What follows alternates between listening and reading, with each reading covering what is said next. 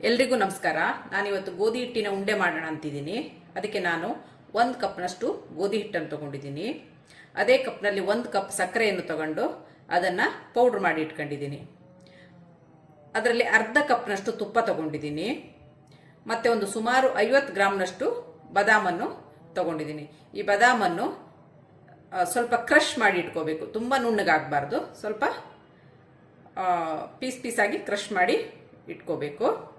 ಹಾಗೂ ಒಂದು 1/4 tea spoon ಆಗುವಷ್ಟು ಏಲಕ್ಕಿ ಪೌಡ್ರನ್ನು ತೊಗೊಂಡಿದ್ದೀನಿ. ಈಗ ನಾವು ಇದನ್ನು ಮಾಡೋದು ಹೇಗೆ ಅಂತ ನೋಡ್ಕೊಂಬರೋಣ ಬನ್ನಿ.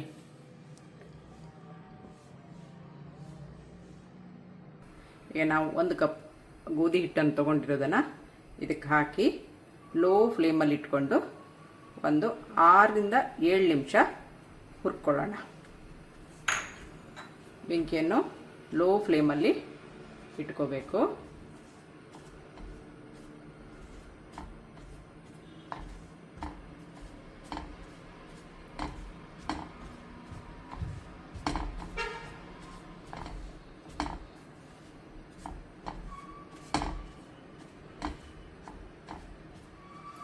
ಚಂದ ಇದರದ ಹಸಿ ವಾಸನೆ ಹೋಗೋ ತನಕ ಚೆನ್ನಾಗಿ ಹುರ್ಕೊಳ್ಳೋಣ.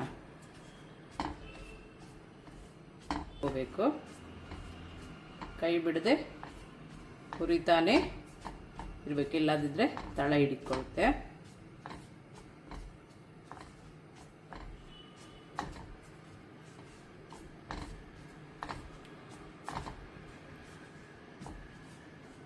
ಗಮ್ಮಂತ ಪರಿಮಳ ಬರ್ತಾ ಇದೆ ಗೋಧಿ ಹಿಟ್ಟಿಂದು. ಈಗ ಇಷ್ಟು ಹುರಿದ್ರೆ ಸಾಕು. ಇದಕ್ಕೆ ಈಗ ನಾವೇನು ಕ್ರಷ್ ಮಾಡಿ ಇಟ್ಕೊಂಡಿದ್ದೀವಲ್ಲ ಈ ಬಾದಾಮನ್ನು ಸೇರಿಸೋಣ. ಈಗ ಹಾಕಿ ಮತ್ತೆ ಒಂದು 3-4 ನಿಮಿಷ ಹುರಿಯೋಣ.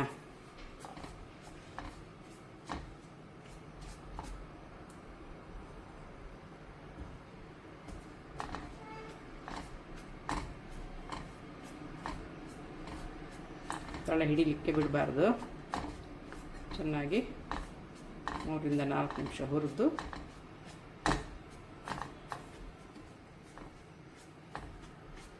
ಬಾದಾಮ್ ಸಹ ಇದರಲ್ಲಿ ಚೆನ್ನಾಗಿ ಹೊಂದ್ಕೋಬೇಕು. ನಾನು ಸ್ವಲ್ಪ ಸ್ಮಾಲ್ ಪೀಸಾಗಿ ಕ್ರಷ್ ಮಾಡಿ ಇಟ್ಕೊಂಡಿದ್ದೀನಿ ಬಾದಾಮನ್ನು. ತುಂಬ ನುಣ್ಣಗೆ ಮಾಡಲಿಲ್ಲ ಪೌಡ್ರು, ಯಾಕಂದರೆ ಅದು ತಿನ್ನುವಾಗ ಬಾಯಿ ಸಿಕ್ಕಿದರೆ ಚೆನ್ನಾಗಿರುತ್ತೆ. ಮತ್ತು ಬಾದಾಮ್ ಸ್ವಲ್ಪ ಪ್ರೋಟೀನ್ ರಿಚ್ ಆಗಿರೋದ್ರಿಂದ ನಾನು ಬಾದಾಮನ್ನು ಸೇರಿಸಿದ್ದೀನಿ ಇಲ್ಲಿ. ಈಗ ನಾವು ಏನು ಅರ್ಧ ಕಪ್ ತುಪ್ಪ ತೆಗೆದು ಇಟ್ಕೊಂಡಿದ್ದೀವಲ್ಲ ಅದನ್ನೀಗ ಇದಕ್ಕೆ ಸೇರಿಸೋಣ.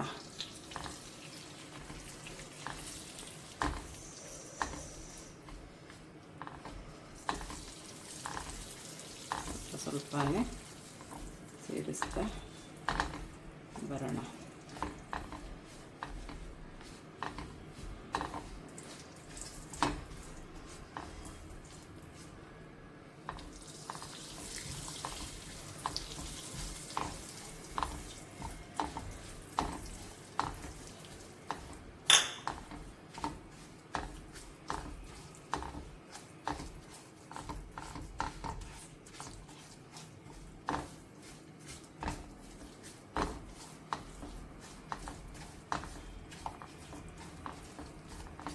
ಈಗ ಒಂದು 2-3 ನಿಮಿಷ ಹೀಗೆ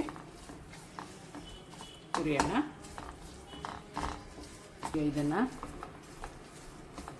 ಸ್ಟವ್ ಆಫ್ ಮಾಡಿ ಬೇರೆ ಪಾತ್ರೆಗೆ ಟ್ರಾನ್ಸ್ಫರ್ ಮಾಡೋಣ. ಈ ಹದಕ್ಕೆ ಬಂದಾಗ ಹುರಿದಿರೋದು ಸಾಕು ಅಂತ. ಇದೆಲ್ಲ ತುಪ್ಪ ಚೆನ್ನಾಗಿ ಮಿಕ್ಸ್ ಆಗಿದೆ ಇದರಲ್ಲಿ.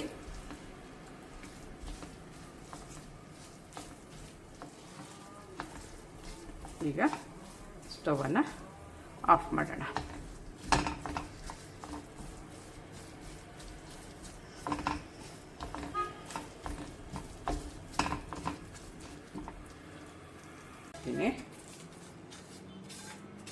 ಇದು ಸ್ವಲ್ಪ ತಣ್ಣಗೆ ಹಾಕಕ್ಕೆ ಬಿಡೋಣ ನಾವು.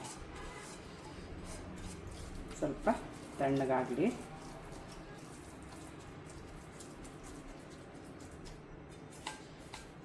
ನಿಮಗೆ ಬಾದಾಮನ್ನೇ ಹಾಕಬೇಕಂತಿಲ್ಲ, ವಾಟರ್ ಮೆಲನ್ ಸೀಡ್ಸ್ ಯಾವ್ದು ಬೇಕಾದರೂ ಹಾಕ್ಕೋಬೋದು. ಅವೆಲ್ಲ ಪ್ರೋಟೀನ್ ರಿಚ್ ಆಗಿರೋದ್ರಿಂದ ನಾನು ಇದನ್ನು ಇಲ್ಲಿ ಬಾದಾಮನ್ನು ಸೇರಿಸಿದ್ದೀನಿ. ಆರೋಗ್ಯಕ್ಕೆ ತುಂಬ ಒಳ್ಳೆಯದಲ್ವಾ. ಹಾಗೆ ತೆಗೆದಿಟ್ಟಿದ್ದೀನಿ. ಇದು ಸ್ವಲ್ಪ ಆರಕ್ಕೆ ಬಿಡೋಣ.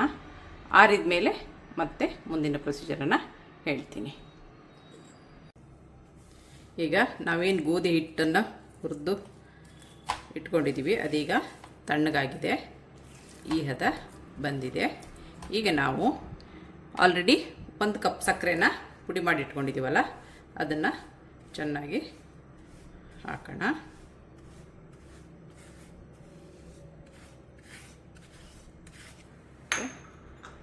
ಸ್ವಲ್ಪ ಯಾಲಕ್ಕಿಯನ್ನು ಇಟ್ಕೊಂಡಿದ್ದೀವಲ್ಲ ಅದನ್ನು ಹಾಕೋಣ. ಈಗ ಚೆನ್ನಾಗಿ ಮಿಕ್ಸ್ ಮಾಡೋಣ.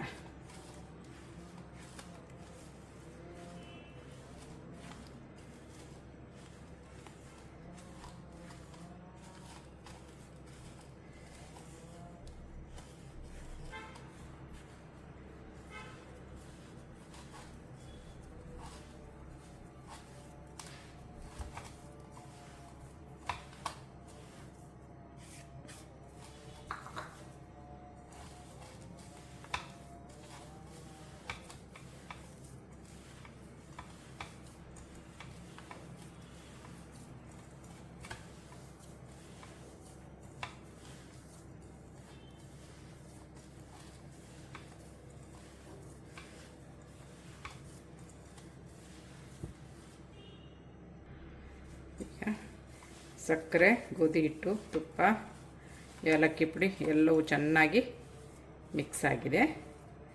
ನಾವೀಗ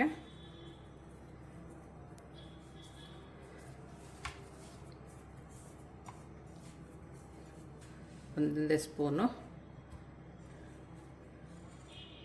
ತಗೊಂಡು ಚೆನ್ನಾಗಿ ಉಂಡೆಯನ್ನು ಕಟ್ಟೋಣ.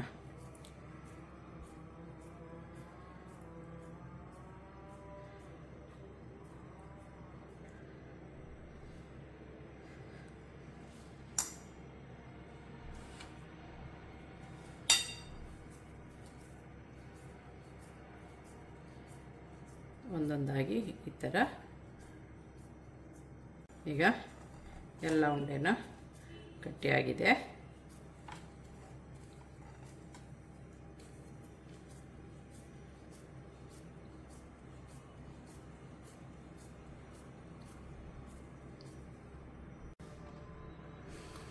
ಸಿಹಿ ಸಿಹಿಯಾದ ಗೋಧಿ ಉಂಡೆ ಸವಿಯಲು ಸಿದ್ಧ. ನನ್ನ ಈ ರೆಸಿಪಿ ನಿಮಗೆ ಇಷ್ಟವಾದಲ್ಲಿ ಲೈಕ್ ಮಾಡಿ, ಶೇರ್ ಮಾಡಿ ಹಾಗೂ ಸಬ್ಸ್ಕ್ರೈಬ್ ಮಾಡಿ.